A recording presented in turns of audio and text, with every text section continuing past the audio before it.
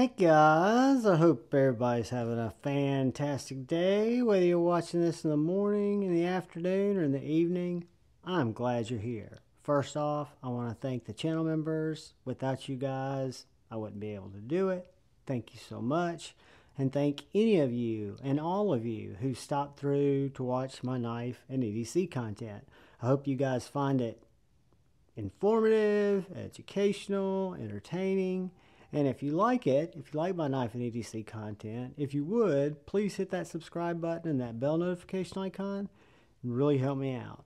So today, I was going to do a quick top 5, really just to identify my #1 imported knife of 2023. A knife that was released in 2023, that I bought in 2023, and that is my #1 imported knife. Not the most expensive, not the one that I necessarily feel the most swagger when I carry per se, but the one that I think hand over fist is #1. And the way to do this is I thought I would take my top 5 knives from 2023 that were not American made, starting with this Berg blade Sweeney, OEM by Riot. Beautiful 20 or LMAX blade. You've got this wonderful tumbled titanium handle with micarta. Fantastic access to the locks, to the access bar, to the lock bar. It's a flipper knife. It's also a front flipper knife that front flips very well. It's also, I don't have a lot of size comparison knives out here, but it's about the same size as my Spyderco Paramilitary 2. The only knife I have on me now is a little fixed blade, but which isn't even going to give you a good indication. So yeah, we'll call this about PM2 size, but in either case, there's a mini of this coming back out that really has me interested. Not because I feel like I need a smaller Berg blade Sweeney. It's just that good of a knife. The detent's dialed. Riot is always killing it. The materials are great. The ergonomics are fantastically understated. It cuts like a dream, and I think it looks great. So coming in at #5 on my top 5, going to #1 of imported knives, we've got the Berg blade Sweeney, which brings us to #4. A very big surprise for me, and I think a lot of people who tried this knife. It has been out of stock. I saw one variation back in stock at Blade HQ. This is the raw titanium version. They also have it now with some inset carbon fiber and different materials. But guys, as far as We Knife Company goes, this is the snappiest, best engineered, best feeling, best slicing, thinnest, most comfortable large knife in my collection. Not just in all ways, but this knife is fantastic. It is a 20 CV blade. The one I chose was just the raw titanium, so no fancy pivot collars, no fancy colorways, no fancy backspacer. Just very refined. The only marking on it is We on the pocket clip. And then you've got your part number, which this is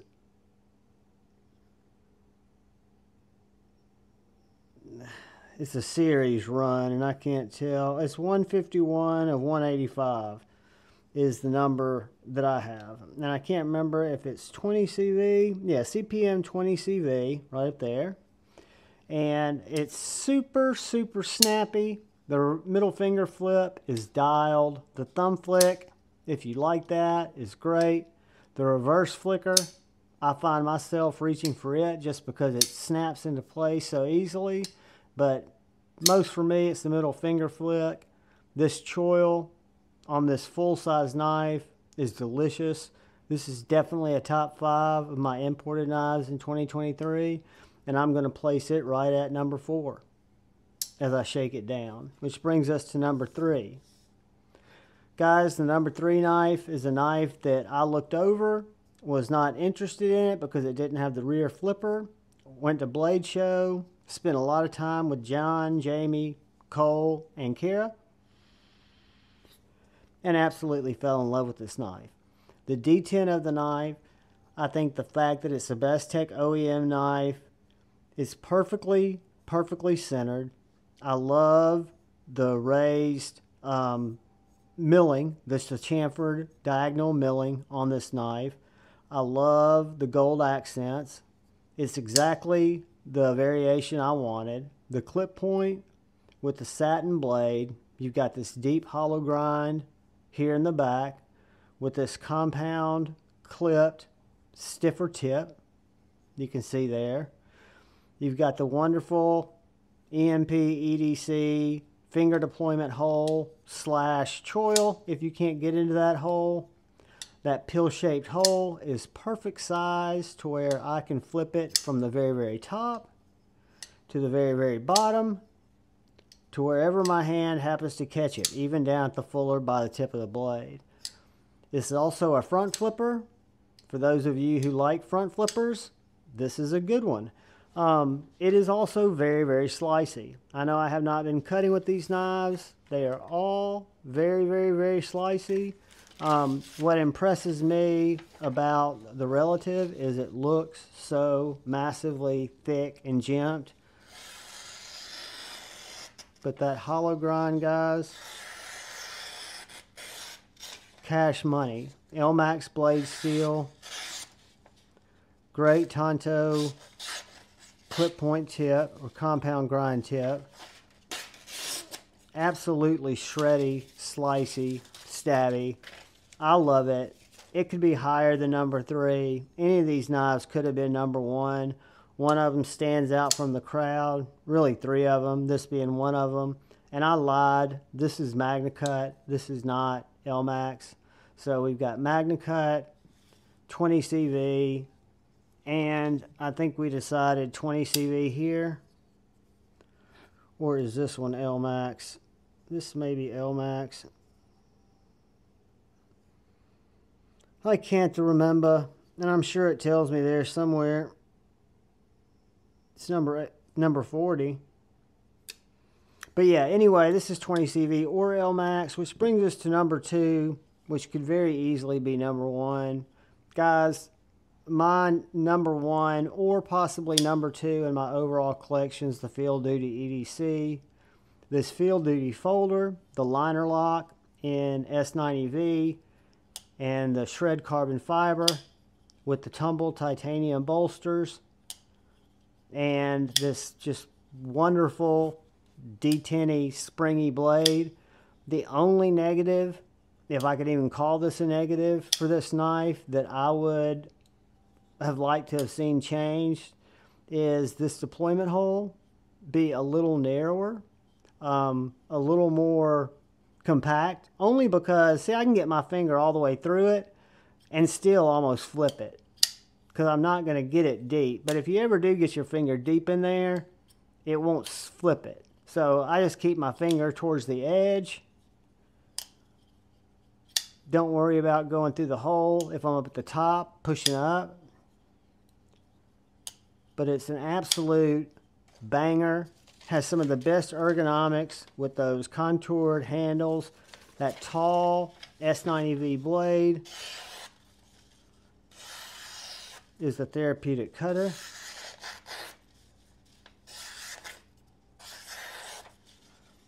I love the way it carries. I love the clip. Some of the most beautiful Arctic carbon fiber I have seen. The action's next level. It could easily be a number 1 knife. One came out this year that you're about to see that just did it for me. But the Liong Field Duty EDC or Field Duty Liner Lock, definitely in my top 5 2023 and of all time.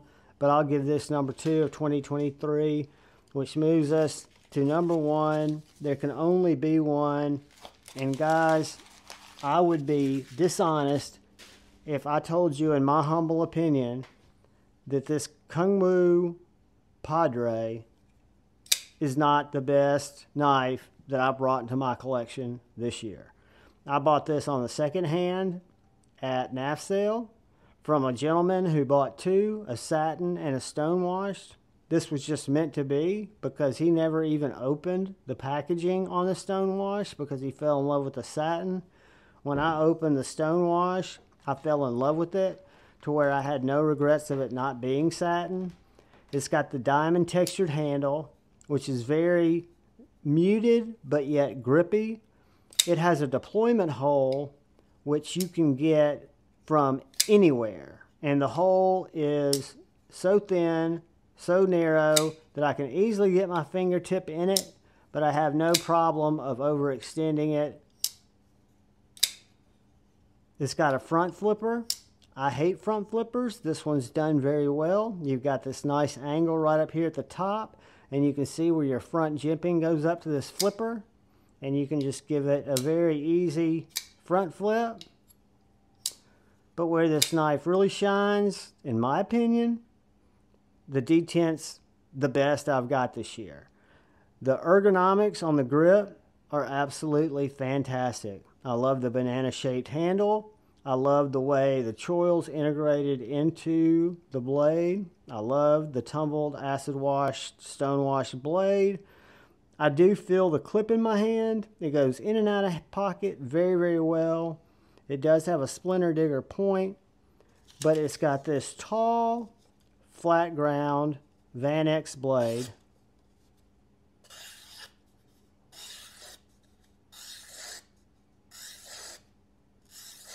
Excuse me while I don't talk, guys.